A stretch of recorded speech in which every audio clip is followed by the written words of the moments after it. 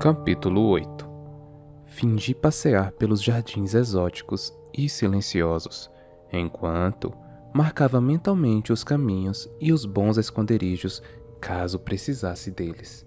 Tanlin pegara minhas armas, e eu não era tão burra a ponto de torcer para encontrar ali um freixo do qual pudesse fazer uma arma. Mas o boldriedo férico estava carregado de facas. Devia haver um arsenal em algum lugar da propriedade. E, se não houvesse, eu encontraria outra arma, roubaria se precisasse. Só por via das dúvidas. Durante uma inspeção da noite anterior, descobri que minha janela não tinha tranca. Sair e descer pelas trepadeiras não seria nada difícil. Eu havia subido em árvores o suficiente para não me incomodar com a altura. Não que eu planejasse escapar, mas era bom saber, pelo menos, como poderia fazê-lo, caso me sentisse desesperado bastante para arriscar. Eu não duvidava da afirmação de Tanli do que o resto de Printia era mortal para um humano. E se havia mesmo uma praga naquelas terras, eu estava melhor ali por enquanto. Mas não aceitaria. Não podia simplesmente aceitar que deveria ficar ali para sempre, mesmo com minha família sendo assistida, não sem tentar encontrar alguém que pudesse levar meu caso a Tanli. Embora Lucien não lhe faria mal se alguém o enfrentasse, se você tiver coragem, disse Alice para mim no dia anterior. Roí as unhas curtas enquanto caminhava, considerando cada plano e armadilha possíveis. Nunca fora muito boa com palavras. Jamais aprendi o jogo de guerra social, no qual minha mãe e minhas irmãs eram tão habilidosas. Mas eu não era tão ruim quanto vendia peles no mercado da aldeia. Então, talvez eu buscasse um emissário de Tanlin, mesmo que ele me detestasse. Lucien, obviamente, tinha um pouco de interesse em minha estadia ali. Ele sugeriu me matar. Talvez ficasse ansioso para me enviar de volta, para persuadir Tanlin a encontrar outra forma de cumprir o tratado, se é que havia uma. Segui na direção de um banco em um recuo cheio de pedaleiras, quando o som de passos sobre o cascalho preencheu o ar. 2 pares de pés leves e ágeis. Estiquei o corpo, olhando pelo caminho onde tinha vindo, mas o caminho estava vazio. Eu me detive no limite de um campo aberto de ranúnculos murchos. O vibrante campo verde e amarelo estava deserto. Atrás de mim se erguia uma macieira brava, toda retorcida e gloriosamente florida. As pétalas das flores cobriam o banco sombreado no qual eu estivera prestes a me sentar. Uma brisa fez os galhos farfalharem. Uma cachoeira de pétalas brancas flutuou para baixo, como neve. Continuei verificando o jardim, o campo, com muita atenção, observando e ouvindo em busca dos sons daqueles 2 pares de pés. Não havia nada na árvore, ou atrás dela. Uma sensação de formigamento percorreu minha espinha. Eu tinha passado tempo bastante no bosque para confiar em meus instintos. Alguém estava atrás de mim. Talvez 2 pessoas. Um leve farejar e uma risada baixa soaram perto de mim. E meu coração saltou para a garganta. Lancei um olhar cuidadoso por cima do ombro, mas só pude ver uma luz prateada e brilhante que lampejou no canto de meu campo visual. Precisava me virar. Precisava enfrentar. O cascalho estalou mais perto agora. O brilho no canto do meu olho ficou maior, separando-se em 2 figuras pequenas, não maiores que minha cintura. Minhas mãos se fecharam em punhos. Feire! A voz de Alice atravessou o jardim e dei um salto de espanto quando ela me chamou de novo. Feire! Almoço! Gritou Alice. Eu me virei. Um grito se formando em meus lábios para alertar Alice do que quer que estivesse atrás de mim, mas as coisas brilhantes tinham sumido, junto às farejadas e às risadas, e me vi diante de uma estátua erudita de 2 cordeiros felizes e saltitantes. Esfreguei o pescoço. Alice me chamou de novo. E inspirei e estremeci conforme voltei para a mansão. Mas, mesmo quando caminhava entre as cercas vivas, cuidadosamente refazendo meus passos até a casa, não consegui afastar a sensação arrepiante de que alguém ainda me observava, curioso e querendo brincar. Roubei uma faca do jantar naquela noite, apenas para ter algo, qualquer coisa, com que me defender. No fim das contas, o jantar era a única refeição para a qual eu estava convidada, o que não era problema. 3 refeições por dia com Tanli e Lucien teria sido uma tortura.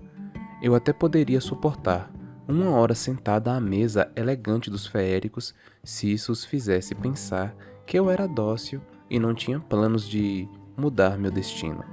Enquanto Lucien tagarelava com Tanlin sobre algum defeito do olho mágico e entalhado que realmente permitia que ele enxergasse, enfiei a faca dentro da manga da túnica. Meu coração bateu tão rápido que achei que eles conseguiriam ouvir, mas Lucien continuou e a concentração de Tanlin permaneceu no cortesão. Imaginei que deveria sentir pena deles, pelas máscaras que eram obrigados a usar, pela praga que havia infectado sua magia e seu povo. Mas quanto menos interagisse, melhor, principalmente enquanto Lucien parecia achar tudo o que eu dizia comicamente humano e deselegante. Reagir com irritação contra ele não ajudaria meus planos. Teria de percorrer um caminho íngreme até conquistar as graças de Lucien, somente pelo fato de que eu estava viva, enquanto o amigo dele, não. Precisaria lidar com Lucien sozinha, ou arriscar levantar as suspeitas de Tanlin cedo demais. Depois que eu havia comido o máximo que poderia sem me sentir enjoada, observei os dois. Os cabelos ruivos de Lucien brilhavam à luz da lareira, e as joias no cabo de sua espada brilhavam. A lâmina ornamentada era tão diferente do baudrier de facas ainda preso ao peito de Tanlin, mas não havia ninguém ali contra quem usar uma espada. E, embora ela fosse encrustada de joias e filigranada, era grande o bastante para ser mais que decoração. Talvez tivesse algo a ver com aquelas coisas invisíveis no jardim. Talvez ele tivesse perdido o olho e ganhado aquela cicatriz em batalha. Meu sangue gelou ao pensar naquilo. Alice tinha dito que a casa era segura, mas me avisou para ficar esperto. O que poderia estar espreitando além da casa? Ou o que poderia usar meus sentidos humanos contra mim? Até que ponto a ordem de Tanlin de não me ferir ou me matar se estendia? Que tipo de autoridade possuía? Lucien parou e vi que sorria maliciosamente para mim, o que deixava sua cicatriz ainda mais brutal. Estava admirando minha espada ou apenas considerando me matar, Feire? É claro que não, falei baixinho e olhei para Tanlin. As manchas douradas nos olhos dele brilhavam, mesmo do outro lado da mesa. Meu coração batia forte. Será que, de alguma forma, tinha me ouvido pegar a faca? O sussurro do metal sobre a madeira. Eu me obriguei a olhar de novo para Lucien. O sorriso preguiçoso e provocante de Lucien ainda estava ali. Agir de modo civilizado, comportar-me, possivelmente conquistá-lo para minha causa. Eu poderia fazer isso. Tanlin quebrou o silêncio. Feire, gosta de caçar? Não gosto de caçar. Provavelmente deveria ter usado um tom mais educado. Mas continuei. Eu caçava por necessidade. E como soube disso? O olhar de Tanlin era direto, reflexivo. Você tinha um arco e flechas em sua casa. Fiquei imaginando se ele quase não falara casebre. Quando vi as mãos de seu pai, soube que não era ele quem os usava. Tanlin indicou minhas mãos, cheias de cicatrizes e calos.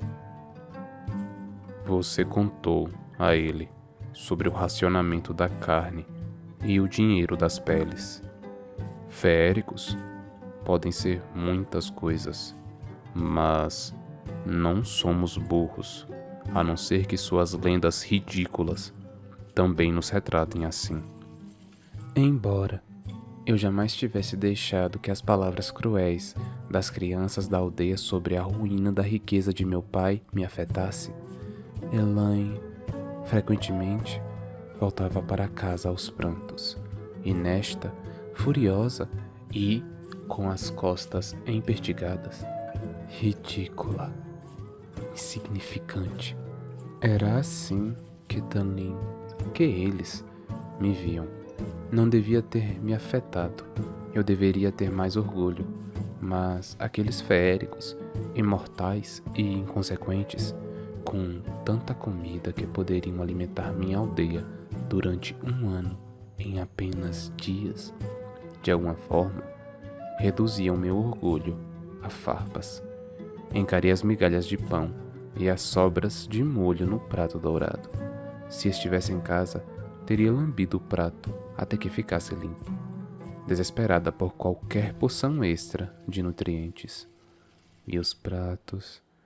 Eu poderia comprar um conjunto de cavalos, um arado e um campo com apenas um daqueles. A opulência daquele lugar me enjoava tanto quanto minha rápida adaptação ao mesmo. Lucien pigarreou. Quantos anos tem mesmo?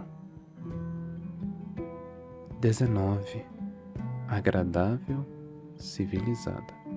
Lucien emitiu um tss, tão jovem e tão séria. E já uma assassina habilidosa. Fechei as mãos em punhos, mas inspirei profunda e longamente, dócil, tranquila, domada. Eu tinha feito uma promessa à minha mãe e a cumpriria. A assistência de Tanlin à minha família não era o mesmo que minha assistência a ela. Aquele sonho selvagem e pequeno ainda poderia acontecer. Minhas irmãs, bem casadas, e uma vida inteira com meu pai, com comida bastante para os dois e tempo suficiente para pintar um pouco, ou talvez aprender o que eu quisesse. Ainda poderia acontecer. Em uma terra distante, talvez. Se algum dia eu me livrasse daquele acordo e me permitisse ir embora, eu ainda não poderia me agarrar àquele retalho de sonho, embora aqueles grão-feéricos provavelmente rissem de como era tipicamente humano pensar tão pequeno, querer tão pouco. No entanto, qualquer fração de informação poderia ajudar, e se eu mostrasse interesse neles, talvez passassem a gostar de mim.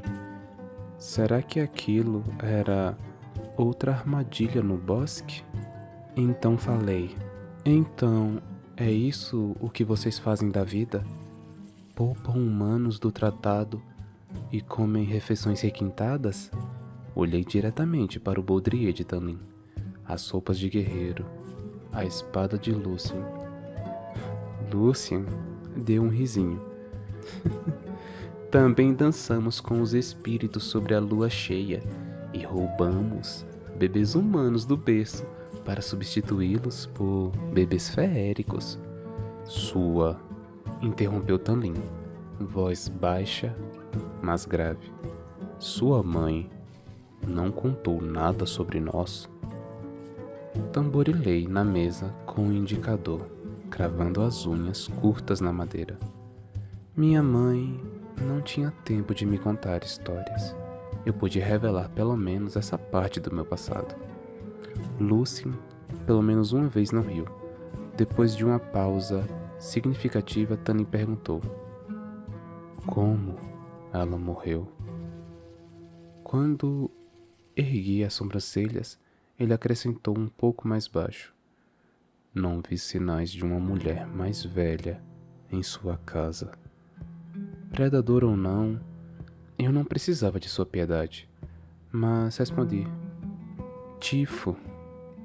Quando eu tinha 8 anos, levantei da cadeira para ir embora.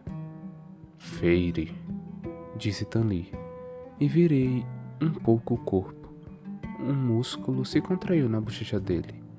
Lucien encarou cada um de nós, aquele olho de metal se movendo, mas ficou em silêncio. Então, Tanlin balançou a cabeça com um movimento que foi mais animal que qualquer coisa e murmurou: sinto muito por sua perda. Tentei evitar uma careta quando virei e saí.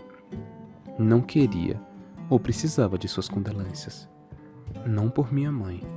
Não quando eu não sentia falta dela havia anos. Que Tanlin me achasse uma humana grosseira e inculta, que não merecia seus cuidados atenciosos. Seria melhor eu persuadir Lucien a falar com Tanlin a meu favor. E logo, antes que qualquer dos outros que eles haviam mencionado surgissem, ou aquela tal praga se espalhasse. No dia seguinte, eu falaria com ele então. Testaria um pouco.